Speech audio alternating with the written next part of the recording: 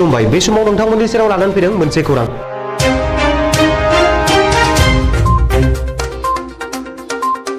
बाक्सा जिल्लानि सालबारियाव आदिवासी फरायसा आफाद सुंद'यै आसानि सोमावसारनाय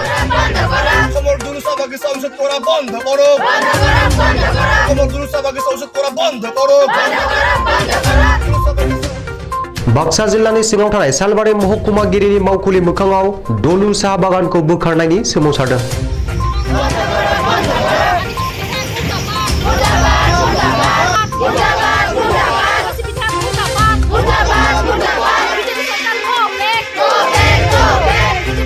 नै घन्टा धरना होदों आसाया आखाइ आखाइ प्लेकार्ड लानानै आदिवासीफोरनि सायाव ब्रिटिश खुंथाय सोलिया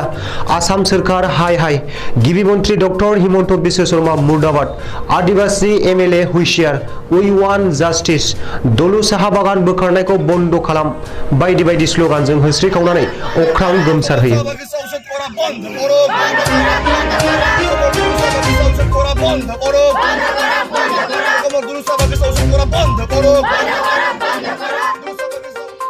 सोमावसारनाय थिलिनिफ्राय दलु साहा बोखारनाय मावफारियाफोरखौ फिन जिउ खांफिननायनि राहा आरो खहाखौ सुफुंनो दाबि दैखांदों आदिवासी फरायसा आफादा सोमावसारनाय हाबाफारिनि उनाव महकुमागिरिनि जोहै आसामनि गिबि मन्त्रि डक्टर हिमन्त बिश्व शर्मानिसिम गोसोखांलाय दैथायहरो फरायसा आफादा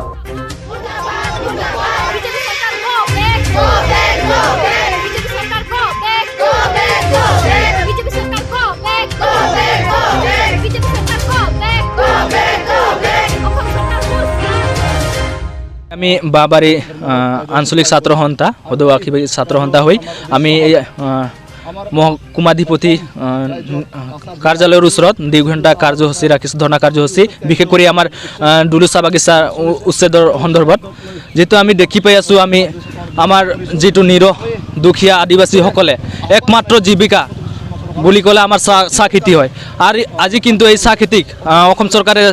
সন্মান সহকাৰে লোৱা নাই গুৰুত্ব দিয়া নাই আজি ভাৰতৰ হওক বা বিশ্বৰ দৰবাৰত অসমক যদি জিলাকৈ ৰাখিবলৈ সক্ষম হৈছে একমাত্ৰ আদিবাসীসকলে চাহ শ্ৰমিকসকলে কিন্তু আজি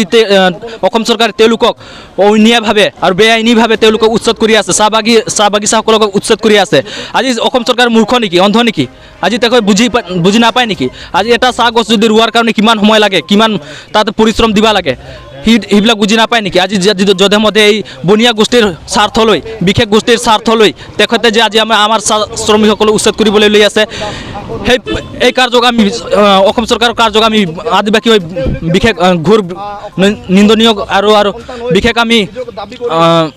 ঘৃণনীয় কাৰ্য বুলি দাবী কৰোঁ আৰু অসম চৰকাৰক আমি সকীয়াই দিব খুজি আছোঁ যে যিহেতু আমাৰ অসমক গঢ়াৰ কাৰণে অসমক এখন উজ্জ্বলী অসম গঢ়াৰ কাৰণে বিশেষকৈ চাহ শ্ৰমিকসকলে অৱদান বিশেষ কৰি আছে আৰু তেওঁলোকক যদি আজি তেওঁ যদি সন্মান দিব নাজানে তেওঁলোকৰ যদি আৱেগক অনুভূতিক যদি তেওঁ যদি সন্মান দিব নাজানে তেনেহ'লে তেওঁক যদি আমি ছাত্ৰ সন্থা হৈ মানে বিৰোধ প্ৰতিবাদ গঢ়ি তুলিম ভৱিষ্যত আৰু এই কাৰ্যসূচীৰ যোগেদি আমি তেখেতক সকীয়াই দিব খুজি আছোঁ আজি যদি আমাৰ চাহ শ্ৰমিকসকলৰ যদি মানে চাবলগীয়া বহুত প্ৰব্লেম আছে সমস্যা আছে আজি PF টকা আদায় দিয়াৰ ক্ষেত্ৰতো চাবি আজি ভূমি পট্টা দিয়াৰ ক্ষেত্ৰত চাবি STৰ ক্ষেত্ৰতো সকলো ক্ষেত্ৰত তেখেতে অৱহেলা কৰি আছে আৰু আমাক ঠগবাজি কৰি আছে কি ইলেকশ্যনৰ সময়ত আহে প্ৰতিশ্ৰুতি দি যায় কিন্তু এই ইলেকশ্যন শেষ হোৱাৰ পিছত তেখেতে এইবিলাক পাহৰি যায় আৰু এইবিলাকতো এনে অৱহেলা কৰি আছে আৰু এই তেখেতে আমাক এই মানে বিৰাট সংকটত পেলাই আছে আজি অসমৰ চাহ শ্ৰমিকসকলে শংকিত আছে কাৰণ তেওঁলোকৰ ভৱিষ্যত এতিয়ালৈকে স্থিতি নাই তেওঁলোকৰ ভৱিষ্যত কি হ'ব পাৰে এতিয়ালৈকে সন্দেহজনক জীৱন প্ৰণালী জীৱন যাপন কৰিবলৈ মানে লৈ আছে সেইকাৰণে আমি ছাত্ৰ সন্থা হৈ এইটোৱে অনুৰোধ কৰোঁ যেহেতু এতিয়াও সময় আছে অসম চৰকাৰে আমাৰ যি ন্যায্য দিব লাগে আমাৰ চাহ শ্ৰমিকসকলক তেওঁলোকক অতি সোনকালে তেওঁলোকক উচ্ছেদ কৰাৰ পৰা বন্ধ কৰক বিৰতি থাকক আৰু যে তেওঁলোকৰ যি ন্যায্য দাবী আছে PF টকা আদায় দিয়া এইবিলাক সোনকালে আদায় দিয়ক বুলি অনুৰোধ জনালোঁ আজি আমি সদৌ অসম আদিবাসী ছাত্ৰ সন্থা শালবাৰী মহকুমাধিপতি কাৰ্যালয়ৰ সন্মুখত আজি অৱস্থান ধৰ্মঘট কাৰ্যসূচী ৰূপায়ণ কৰিছোঁ আৰু এই কাৰ্যসূচীৰ আমাৰ উদ্দেশ্য এটাই হ'ল যে অসমৰ কাছাৰ জিলাৰ দুলু চাহ বাগিচা যি বাগিচা উচ্ছেদ কৰিছে সেইটো অতি সোনকালে বন্ধ হ'ব লাগে। যদি বন্ধ নকৰে তেনেহ'লে সেই বাগিচাত যিমান শিক্ষিত যুৱক যুৱতী আছে বা অশিক্ষিত যুৱক যুৱতী আছে সকলোকে শিক্ষিত কৰি যদিও এয়াৰপৰ্ট হৈ আছে তেনেহ'লে এয়াৰপৰ্টত সংস্থাপন দিব লাগে। আমি সদৌ সমাজ বিচাৰ সন্থাৰ পৰা এইটোৱে দাবী কৰোঁ। আৰু লগতে আমি সকীয়া দিব বিচাৰিছোঁ অসম চৰকাৰক যে অসম চৰকাৰে নিৰ্বাচনৰ আগতে প্ৰতিশ্ৰুতি দিছিল যে আদিবাসীসকলক আমি যদি আমাৰ চৰকাৰ আহে তেনেহ'লে আদিবাসীসকলক জনজাতিকৰণ কৰিম, ম্যাদী পাট্টা দিম আৰু লগতে 350 টকা হাজিৰা বঢ়াম বুলি কৈছিলে। কিন্তু এতিয়ালৈকে আমি এইটো কোনোদিনে হাতে এইটো পালন হ'ব লাগে এইটো এতিয়া দেখিব পোৱা নাই। আমি উল্টাহে আমাৰ বিপদ আমাৰ আদিবাসী জনগোষ্ঠীক মানে শেষ কৰাৰ ষড়যন্ত্ৰ চলাই আছে। তো আমি আহ্বান জনাইছোঁ যে অতি সোনকালে বাগিচা যি বাগিচাসমূহ